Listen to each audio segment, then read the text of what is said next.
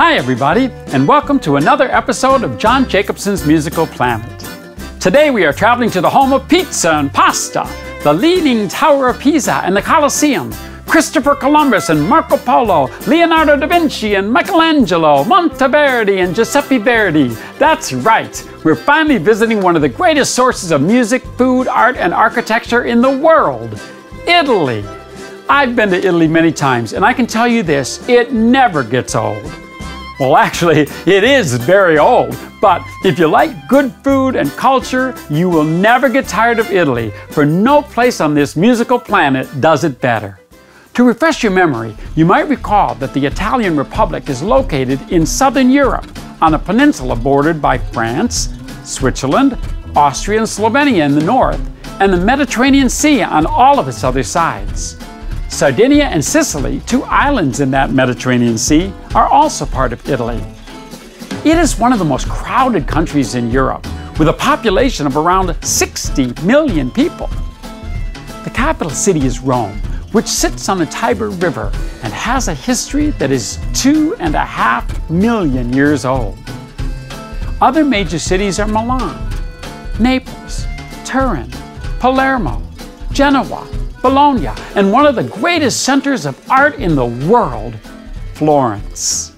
The official language of Italy is, what else? Italian! A beautiful language that works incredibly well for singing, as a matter of fact.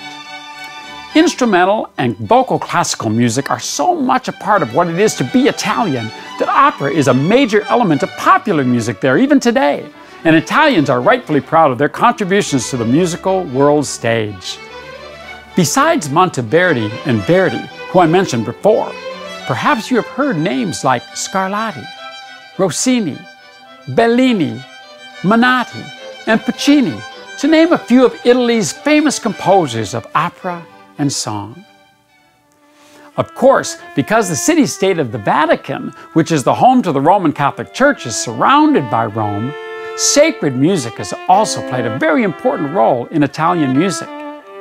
You can still hear very old music like Gregorian chant sung around the country of Italy.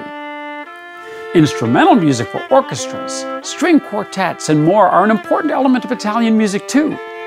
Perhaps you have heard of composers like Gabrieli, Corelli, Vivaldi, and Donizetti, to name a few of Italy's most famous instrumental composers.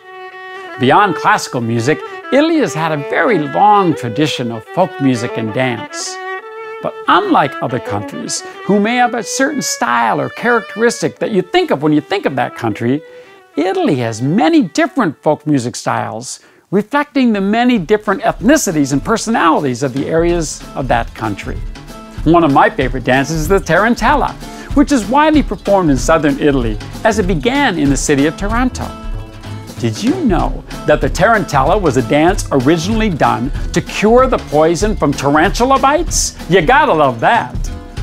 What I really love are Italian folk songs. Ballads and lyrical songs, lullabies and children's songs, seasonal songs and songs for baptisms and weddings, dance songs, cattle songs, songs about professions like fishermen, shepherds, and soldiers. Serenades and work songs are all an important and wonderful element of Italian music.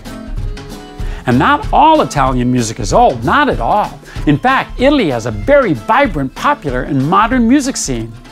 But even then, one of the biggest superstars in the world today, Andrea Bocelli, sings like an opera singer. So I guess you can tell that Italians love their music. And above everything else, my friends, that is why Italy is one of my favorite places on earth. Until next time, this is John Jacobson for Music Express saying, be nice to your teacher, and I'll see you again soon on this, our musical planet.